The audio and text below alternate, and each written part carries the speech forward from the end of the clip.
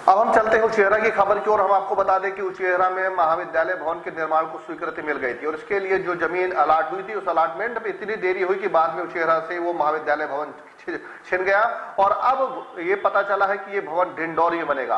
फिलहाल इस पूरे मामले में प्रशासन का उपेक्षापूर्ण रवैया ही सामने आया है। इस बात को लेकर के युवाओं में खासा आक्रोश है। कलेक्टर द्वारा महाविद्यालय के लिए 10 एकड़ जमीन अधिग्रहित की गई थी।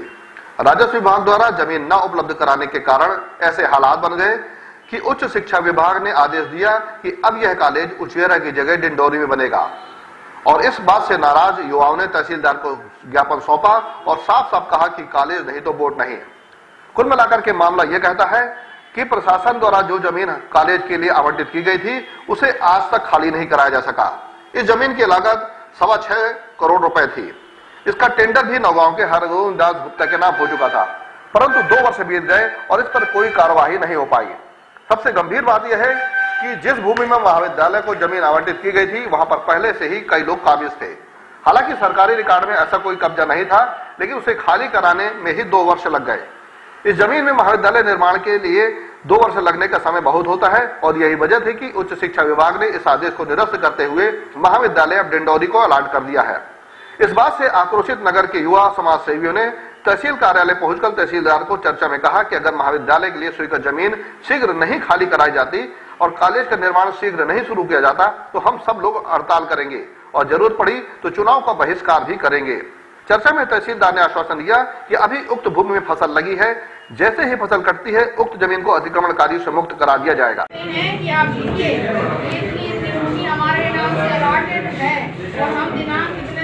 यहाँ पे निर्माण कार्य भी चालू करने के लिए हमको मिल चुका है पजेशन।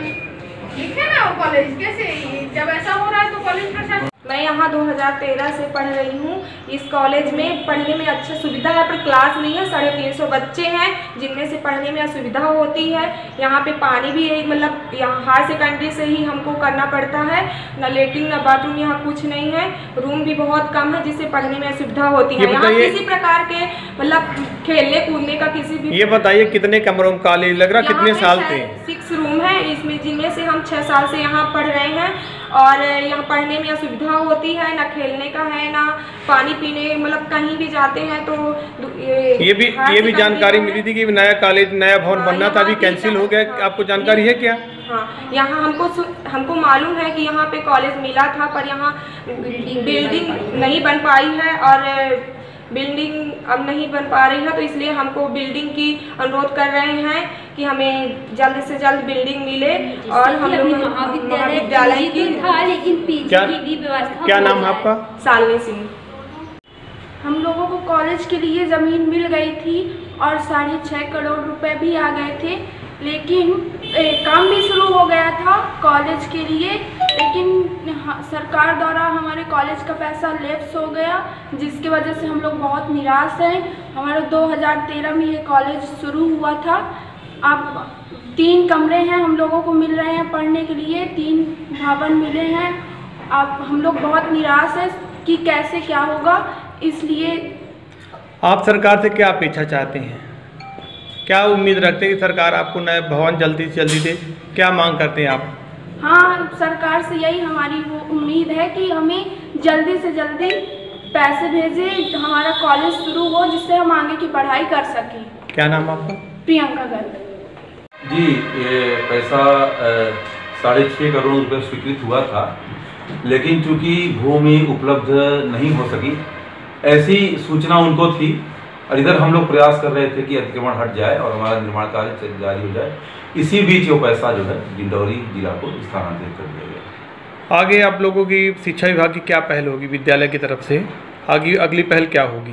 पहल ये होगी कि वो भूमि जो अतिक्रमण में है उसको अतिक्रमण वहाँ का हटवाया जाए और एक न्यायालयीन प्रकरण भी है उससे रिलेटेड है और उसकी भी क्या लेटेस्ट पोजीशन है वो भी दिखवानी पड़ेगी और तत्पश्चात हम लोग शासन से फिर अनुरोध करेंगे कि पैसा हमें स्वीकृत किया जाए ताकि जो है आवंटित भूमि पे हमारा भवन निर्माण शुरू हो सके। नाम से? डॉक्टर अनुराग पांडे, प्रशासकीय अधिकारी। आज हम उचेहरा शासकीय कॉलेज की जो ज़मीन आवंटन हो गई थी, उस ज़मीन आवंटन पर तहसीलदार साहब, एसडीएम मैडम सब गई थी और कब्जा मुक्त नहीं करा पाई, जिसकी वजह से शासकीय कॉलेज का उचेहरा का पैसा डिंडोरी जिला चला गया। हम उस सभी अपने साथियों के साथ आए और माननीय तहसीलदार साहब से बात हुई। उन्होंने बताया कि एसडीएम साहब नहीं आई हैं, कलेक्टर साहब वैसी बातें किए, लेकिन हम लोगों ने ये तय कर लिया है कि अगर शासन अपने स्तर से कार्रवाई नहीं करता तो हम लोग कॉलेज भवन बनवाने के लिए जन आंदोलन खड़ा करेंगे, चक्का जाम करेंगे और जो भी लोकतांत्रिक तरीका है उस लोकतांत्रिक तरीके के तहत मांग रखेंगे और चाहे इसके लिए हमें इस बार मतदान का ही क्यों ना बहिष्कार करना पड़े।